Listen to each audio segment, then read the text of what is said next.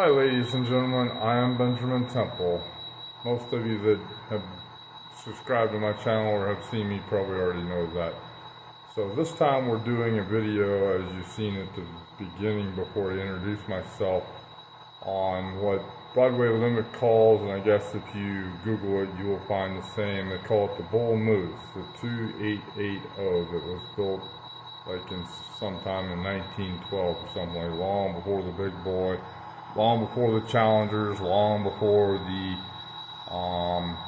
9000s or the 412-2 non-articulated locomotive. So actually I'm kind of doing this video on lots of things, but that's the main thing that we're covering, at least start off with.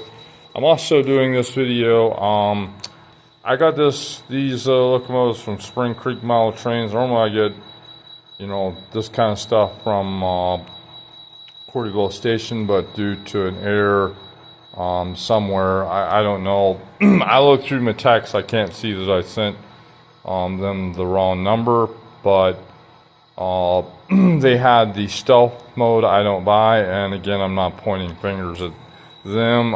Many factors go into that. Sometimes, it could have been an error on the distributor being Walters or Broadway.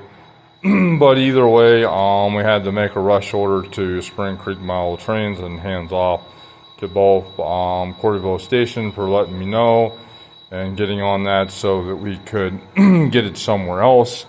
And hands off to Spring Creek Model Trains for allowing me to set those aside until I got, some money to do it. So this video is also on the big boy. I recently got my two big boys that I sent off to Broadway, and I originally was going to do a video last week, but due to some problems, nothing necessarily with the locomotives, it's just they hadn't been run in a while, so they were a little stiff, and when you try to run two massive locomotives on this layout, it doesn't necessarily work out so well. I mean, it didn't. Once I run them out on a layout a little bit and they got limbered up, they run much better. But I wanted to show you, so I got some new stuff from Spring Creek Model Trains. One, yes, it's brand new, and no, I haven't put the detailing parts on it, so forgive me for it being a little crude. It doesn't have the hand brakes on them. I don't have the detailing kit, so I doubt that I'll be putting the grab irons on it. Really wish you'd put all this stuff in the box like they used to, but now you have to buy that individually. The handbrakes on the ends you don't. And then these here are the well, this here's a Walters mainline car, and the two locomotives obviously is Broadway. This is Intermountain here for the reefers. Now I'm also doing this, a question for somebody out there that might know. So look at this car. This is what I know about the Union Pacific. This is the big shield, which means it was a newer paint scheme. But then you look at the top, they're white, which means they must have come along later and did that. I'm assuming that's a later thing. But then you come here to these cars, and you have the small shield, which is a later deal. So that means it's late. This is an earlier paint scheme, but this is a later paint scheme. If I said that backwards, forgive me. Yes, these are all new, brand new cars, never been out of the box as far as these 5 cars. Yes, I've had these for a little while. They're not new, and you've even seen them in other videos. So then on to this, here, forgive me, I think my screen is a little messed up. So we're going to clean the lens here. This is a car. It's the Southeastern Power, I think is what was said on the box. But anyhow, they're the 50-foot high-side gondola coal car. Now, why are they important, at least to me? For my viewers, you might not care. So from Effingham, Illinois, through Dietrich, over through Wheeler to a little town called Liz, and then there's a switch track that goes south to the CIPS power plant, or Central Illinois Public Service is what it was called. CIPS, Central Illinois Public Service, but on the car it would be CIPX for being private. Now I got these cars, something I've been wanting for a while. Tried to negotiate a deal with Athearn through Cordyville Station, couldn't get something done. Spring Creek Model Trains offered me a deal with, you know, just like so, no road number, no reporting marks, but the information here at the bottom, and you know, that little box with the like build date and such. But this would have been, you know, somebody else. I have some photos from what I can see of. I haven't compared it with the photos. Forgive me. Like I say, I just got these brand new. These are the first time I've been out of the box and on the track. But as far as I can tell of, well, like on the UP cars, this bracing goes all the way across. But on the CIP X car, they do not, just like this car. So this would be correct for that prototype that I want to model. So what I was going to do is change reporting marks, and I might not even change the road number, just change like one number. And but we'll have to see if the you know, the font is the same. If it's not, obviously I'm probably going to remove the whole road number and just put my own road numbers on. So we'll see how that goes. But I've got a grand total of 120 cars. No, I didn't get all 120. I think I got something like, well, I got 10 boxes, so it 3 per pack, so it's 33 cars is what I've got. No, I don't have 33 here on the track. There's 15 cars because there's five pack that I brought along, and then I bought 1 pack of the Bathtub Gondola, well, the Berwick Bathtub Gondola. Yes, I got them as well because these are brand new. No, I've got several of them that I've had. Well, I bought about 27 of them in the 3-pack over the years, some of them all at once, and then when Atherton Re came out with them again, I bought, of course, there are 2 different types here. They're doing, one has this, the bigger road number, road name on it, then the other one does the small UP shield. I don't know which one you guys would prefer, but through my hometown, yes, both did come through. At least seems to be what I remember. Maybe I'm wrong on that. I don't have any pictures. I wish it did something that could go, but you know, digital cameras wasn't a thing back then. Cameras then, you had to develop, you know, the film and send it off and then get it developed, so it was a bit more pricey. And you know, photos wasn't something that people took all the time. I mean, my parents had cameras and you know, and took lots of photos. Just unfortunately, I didn't have my own camera that I could take in. So, but I wanted to show you the viewers this and the locomotives.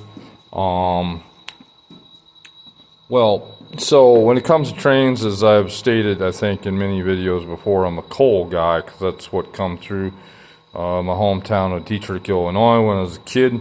So that's the reasoning for, you know, so many coal cars and the various coal cars that I have. I have a grand total, let's see, well, as far as unit coal trains go, I'm going to have basically, let's see, well, the CIPX is going to be 1, and then the Bathtub Gondola is going to be 2. Well, it won't be exactly, you know, textbook out of the World Encyclopedia book, unit coal train. But as far as the definition of a coal unit coal train, there'll be that in a sense. It'll be all the same car, just slightly different paint scheme for some of the cars, but they'll all be the same as far as the type of car. Even same car as far as the model maker. We don't even switch here. Like here, these are all Atherton. Then I have, as I kind of stated before, I have these in the UP. Of course, they're slightly different cars. The fact that they have this ribbing, but that's all complete. So that'd be three coal trains, and then there's the Best Gone Coal Porter, which is like 44 cars. I have another 5 cars. They're the 144 is a silver car with yellow ends. It's all UP, 1 paint scheme, no 2 different. Then I bought, just because I've seen this happens sometimes. They did come with a few, you know, blackened cars, so I have like 5 cars. So it gives me a grand total of 149 cars. But that would be 4 complete unit coal trains, and that's it. There's no more coal cars for me as far as that goes. So Atherton, you're out of luck, and Walters, you're out of luck unless something they get destroyed. So I've already tested the Bullmoose as far as just putting it on track. We have not tested it as far as an overall run. I did turn the sound off so that you could hear me, because yes, I still do not have a mic. Shame on me. I also turned off the smoke unit so it wouldn't deplete the smoke. So here we go with the sound. So it's about to get noisy, ladies and gentlemen.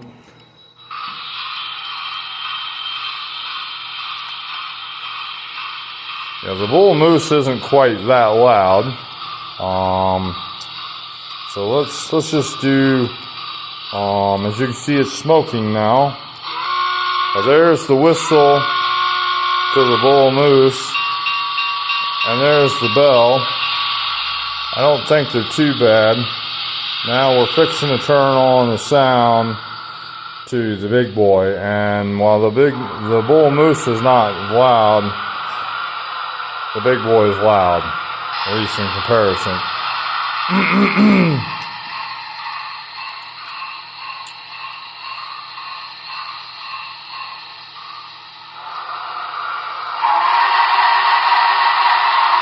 And that whistle is a lot more louder too, as you can see.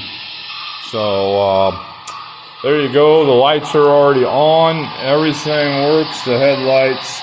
As you can see, the headlight, then you have the number board that's lit up. Same on the UP. Now you can see that start to smoke in the UP. Big boy, I don't know why I'm saying, because they're both Union Pacific locomotives. So it makes no sense to say it like that, but forgive me.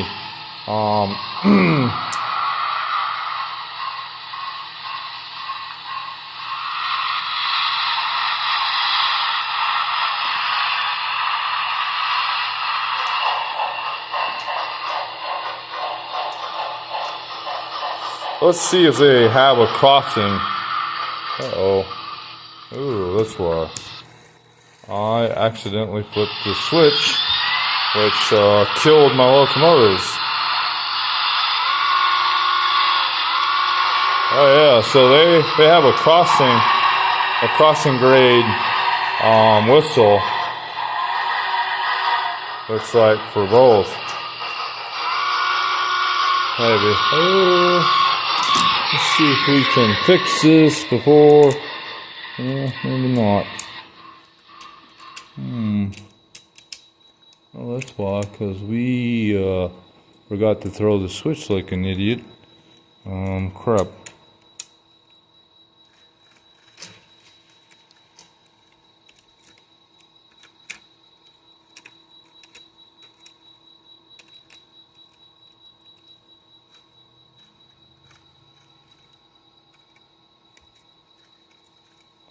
Alright. I don't know why my engine's died.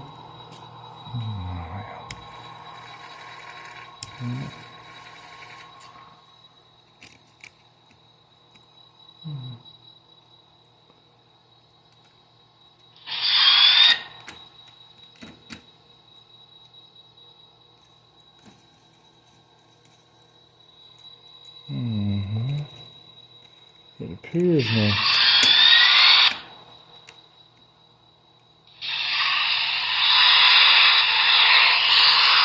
For whatever reason, the big boy came off tracks there, and they say it shorted everything out. So it's a problem sometimes of having big locomotives.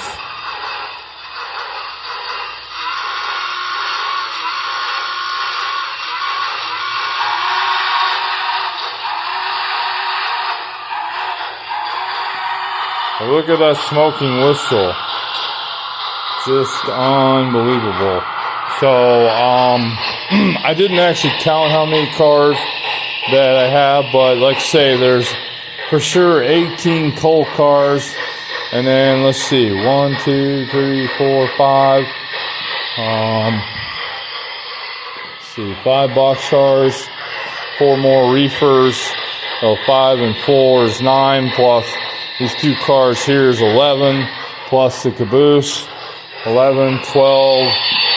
So if you add 12 to 18, 40 cars. That's what we got for 2 locomotives. Really, that's not a lot. The big boy will handle 50 cars single-handedly by itself. Yes, I say it like that because to some, that's probably not impressive. It really isn't due to the big boys,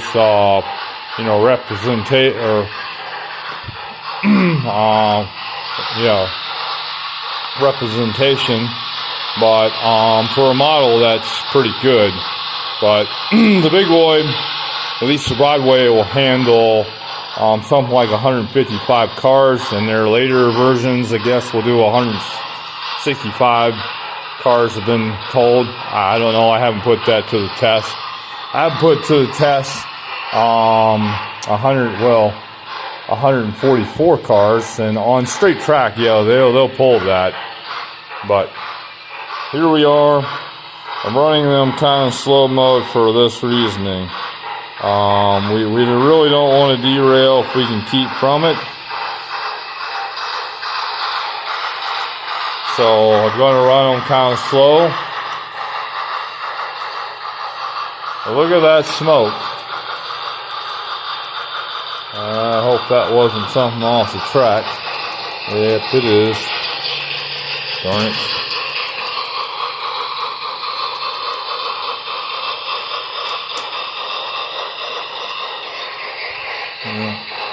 Thank God I got it before anything major happened.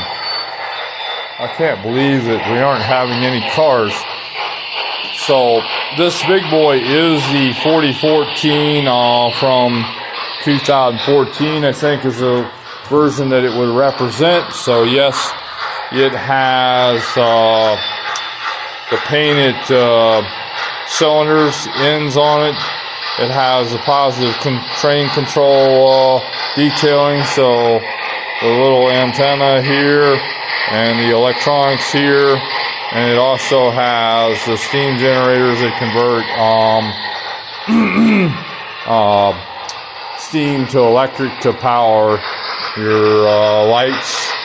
Well, in your marker light, I forgot to say that, and your light in the inside the cab, and your backup lights and your marker lights, and power the positive control part of the deal too. So there's all that. For some reason, my emergency light, I guess that must come on every time the power goes off. I don't know why they would make that like that for, but whatever.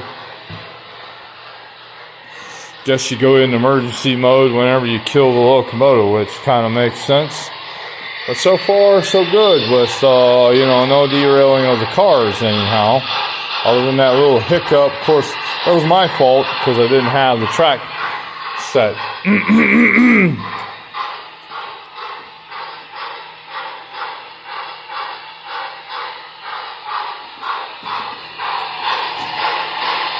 I've put the throttle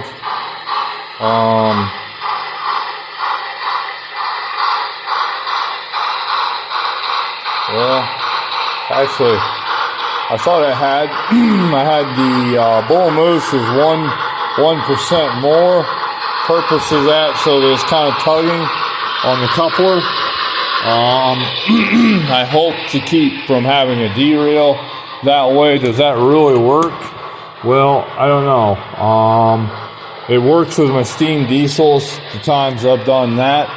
So we try to make that work, but that may or may not be the right way to go about that.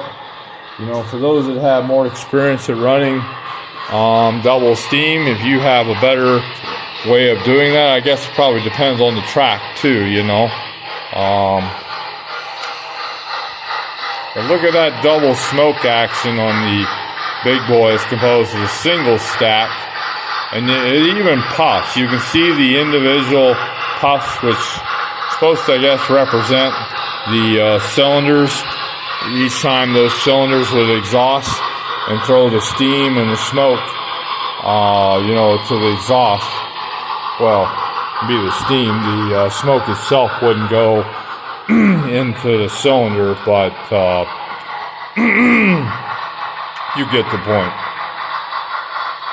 I also wanted to stay, I think it's James Wright, that, you know, he talks about, so on the pre-1944 version, they, I think it's on the other side though, they have, well, on this side, let's see, yeah, because it would be the fireman's side, so it's the left side.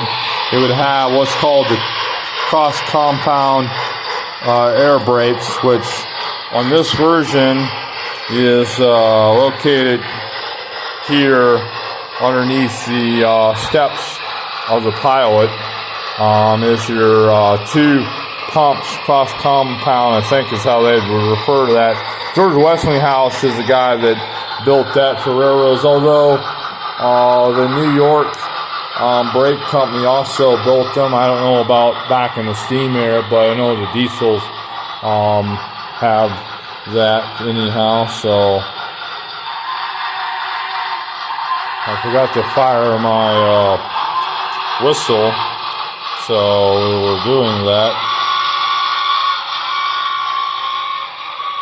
But I can't believe that we're having this good of luck, which maybe I shouldn't talk. I'll jinx myself here in a minute. Hopefully, they work out pretty nicely in that perspective. We're going to turn up the speed just a little and see if that works. Hopefully we don't cause anything to derail. But I also have to look and make sure these switches are all thrown, which were set up. So the Bullmoose has a lot of the same sound features as far as once you get past the horn and the bell, which are different on the Bullmoose. But like the sound, you know, for the cab chatter, yeah, like that, and some other, you know, at like a passenger station or at a industry or something like that. Pretty much the same from one locomotive to the other. Maybe you have some different people talking, but I just can't get over that big boy. Man, it looks really good. So does the Bullmoose though, but you know, the Bullmoose, you look at it, isn't anywhere close to the size of the big boy locomotive. Hell, I think the engine on the big boy, just meaning the locomotive out the tender, is about the length of the Bullmoose altogether. So quite a difference there. But in real life, they run this kind of like this, is what I've seen in pictures anyhow. No, I wasn't doing that necessarily to be prototype, because this is the excursion version in real life. So you know, you wouldn't probably have the Bullmoose on front. Of course, I don't even know if there's one of them that exists in today's world. Maybe. I think what I saw is there's none in existence. So yeah, you're not going to have that happen. But you look at the Bullmoose, it really shoots the smoke up in the air. You really see where the big boy doesn't really have. Of course, you know, you have two exhaust ports there, stacks on the big boy. So maybe the model probably has just one blower, so it doesn't have quite the push up that the Bullmoose is having. But again, I'm just taking a stab in the dark without looking at the model and you know, the breakdown of the schematics on what's inside that boiler that makes the smoke units work.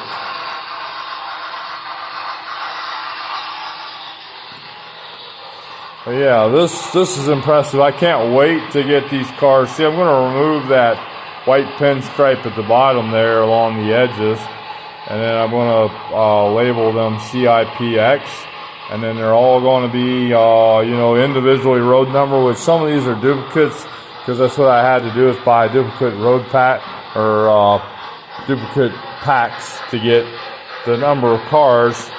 And Atherton did not want to help me on building these cars. I wish they would have worked with Cordyville Station or Spring Creek Mile of Trains to get me just an information one. Would have been nice. I would have been grateful to them if they would have allowed that. I probably would have bought, instead of buying just 120 cars, I would have bought 240 cars if they would be willing to do that. But I guess the order is substantial now to do that.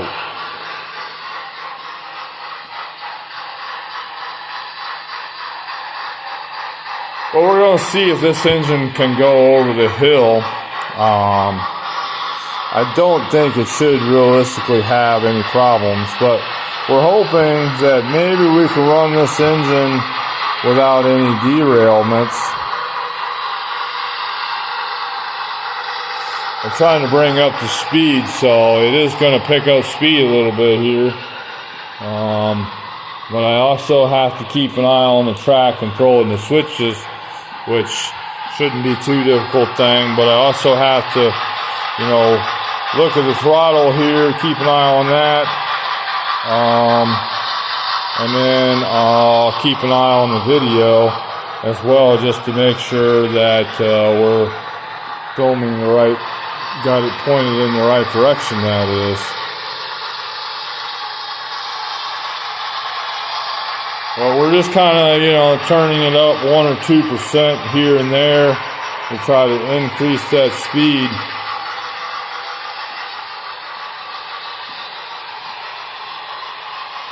Now look at that run.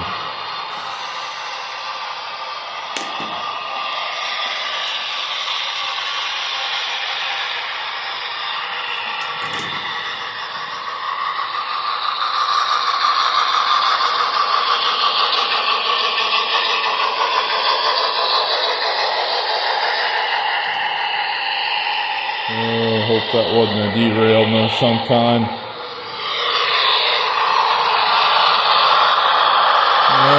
It sure was. Hopefully this switch doesn't cause me a big problem here, but it's probably going to.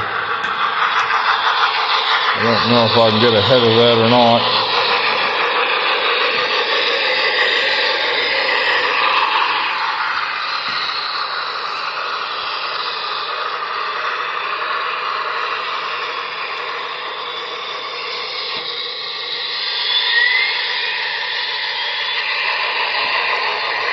We'll try to hold back the Bullmoose just a little bit.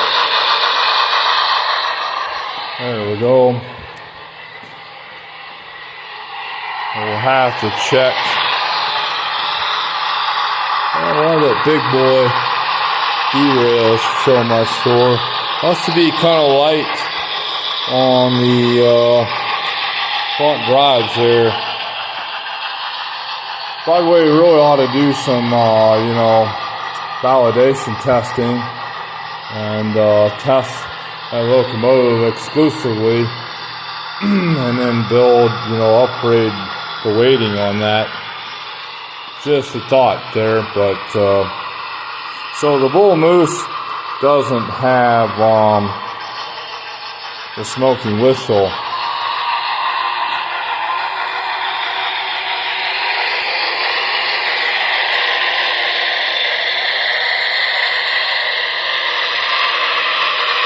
The lighting is kind of so terrible that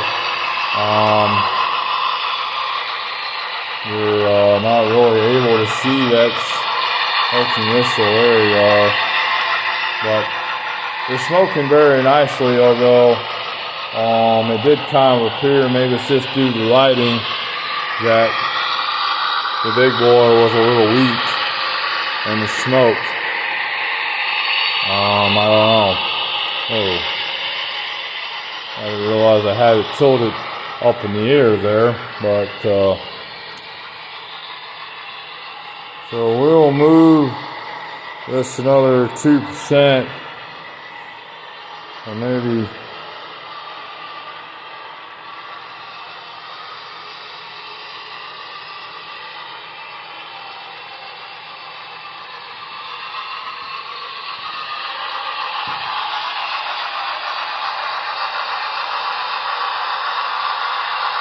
I guess you'd say all in all, not too bad, other than, you know, the big boy didn't derail over the crossings and through the switches, just through the tunnel there. I think something happened before it got to the tunnel. It wasn't the tunnel issue. I'm not really sure. I didn't see it in time, but I know just as it went in the tunnel, I heard a click. So must have been something before that. But it's amazing that, you know, double heading with such locomotives and we're running smooth as can be here. So I think that's pretty cool.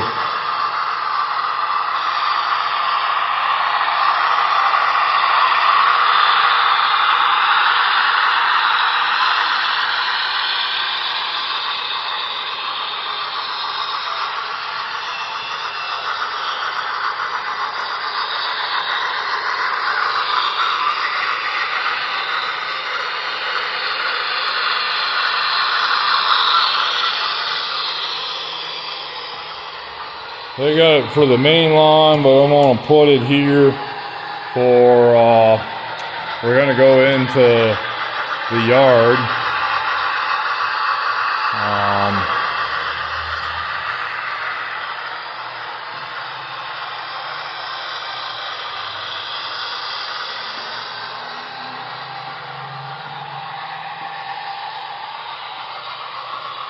Let's see how it goes, handles this switch here. Hopefully all goes well, but never know. I don't see any wheels off here. Yep, everything's running really nice. Now I've got to try to stay ahead of this train yet, but as you can see way over there, I don't know if you can see that in the video, but the caboose there. So, you know, it's pulling this train. That's the first time it's done that kind of jolt there. So I don't know, but yep, okay. So we got a derailment happening here, which we're going to see if we can get this underway here. That big boy was just shoving that Bullmoose down the road.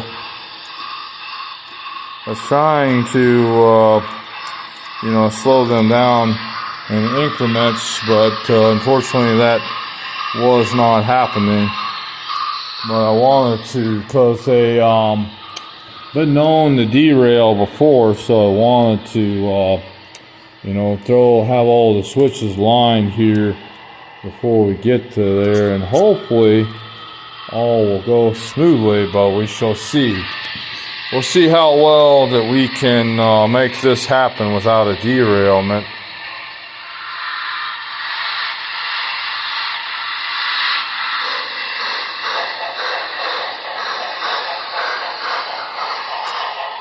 So here we go. Although I guess I should have blown the whistles if I was doing prototype, but you know, people need to understand, I don't have any fancy, you know, setup where I can roll the camera. I've got my hands on, and I got a right hand on the camera, and I got left hand on the throttle, and I got to keep watch on all of them. And it's a full-time job.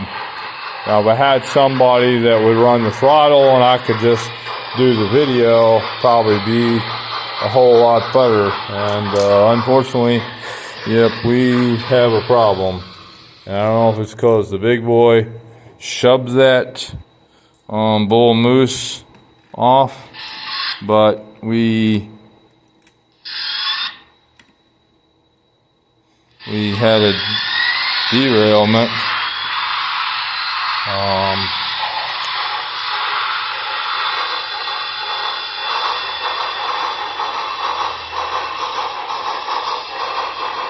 And maybe I was wrong for,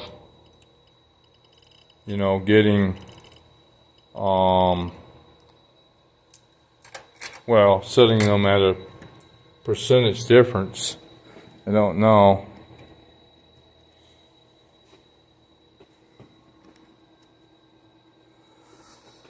Yeah, I don't know why it's...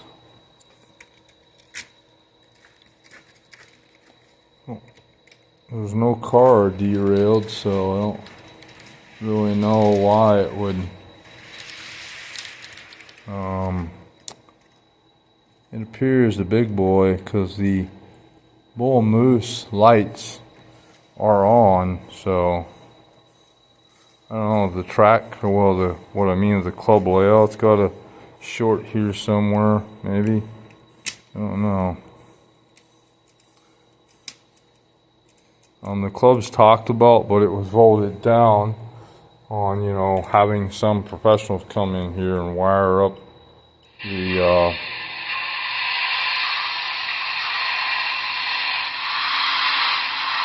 club layout.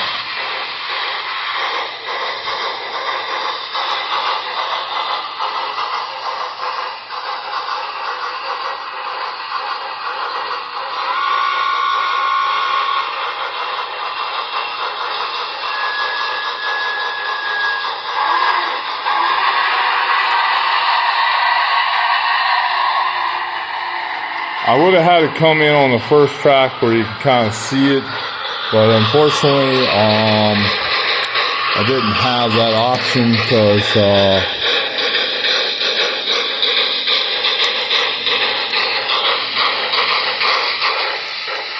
I think we have a problem here. What I noticed was the tender was off sideways here, and so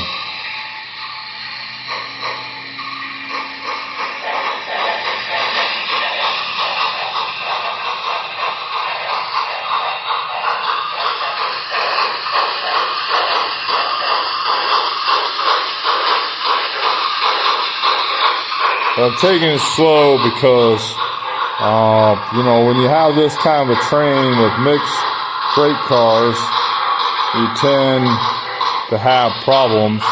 And you got this massive locomotive. Now, once they're in the straightaway here, it should be less, but we haven't cleared the switch here, so we could have lots of things go wrong, just as we have with locomotives.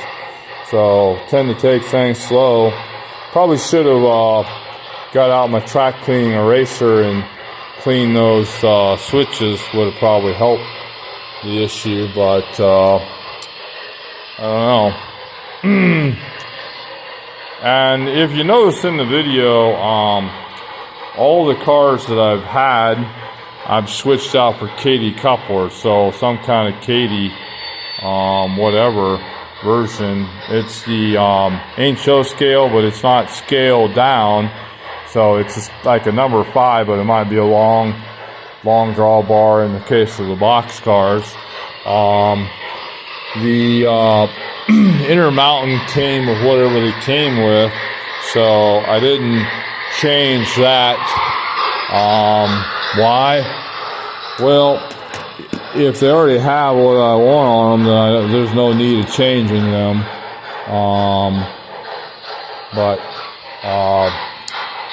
Unfortunately, the Aspen cards I haven't got around to, you know, just like say I just got them, so I haven't done any coupler conversion. I wish Aspen would just make a deal with Katy to, you know, do the couplers. Then that way, you would, you know, if they just purchase in bulk mass, then you would have the couplers. And what they could do, companies could, you know, because I know we milers disagree. At least I've seen a lot of guys want that scale. They say it's better, but I find in practice, in truth, the standard number 5, whether that's the 148 whisker version of that, so it's basically just a whisker, but it's a 148 in Katy, which is a standard coupler, works best. It's a little bigger than scaled, but I have less problems with it, less derailments, and when it comes, if you're going to do an uncoupling, coupling operation in the layout, I tend to find that it works better in that, you know, operations, doing the mast uncoupling and coupling. I think because I have a percentage difference there, that it's pulling on that tender and causing it to derail, but I could be wrong. So anyhow, ladies and gentlemen, I think I'm shutting it down here. I just wanted to see if we could get through without, you know, let me turn the sound off. So there's the sound off. Oh, no, wrong one. Sound off on the big boy. Then we'll turn the smoke unit off, and we'll turn the smoke unit off on the big boy as well. Now we cut the smoke, we cut the sound, but I think for all in all, they run pretty good. You know, usually have a derailment of some sort on the club layout, but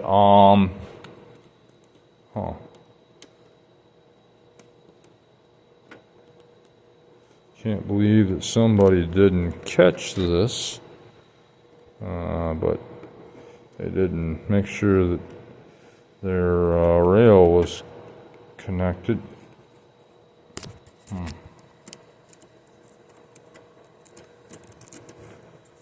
But anyhow, all in all, well, the big boy I tested, like say a week ago, both of them. As far as the problem, the smoke unit shorting out, didn't have that with either one. Smoking whistles work very nicely. The lights all work. Of course, there was no problem with the light. The problem I had, I think it was 4015, the second set of drive wheels weren't on the rail. They were in the air, especially the rear. What Broadway said they did, they put in a washer there to get that to level out, and I haven't looked, but watching it run on the layout, I didn't see any of that problem and less derailments than in the past. So that was nice of Broadway to fix all of that. Could I have fixed it? Well, due to time, if they would have sent me the parts, I would have been more than happy to put that in, but I think there was some finite soldering there needed to be done. I have soldering irons, but I don't know about for the finer soldering. So anyhow, if you like my videos, please give it a thumbs up and subscribe. You know, if you have any subjects, cars, locomotives, model builders that you'd like to see done, let me know in the comments. If you saw anything in the video that you want to point out, yeah, by all means, leave me a comment. You know, I look for things, anything we can improve, you know, ideas. I would love to hear what you think. Anyhow, take care of yourself, and hopefully we'll see you again. Bye-bye.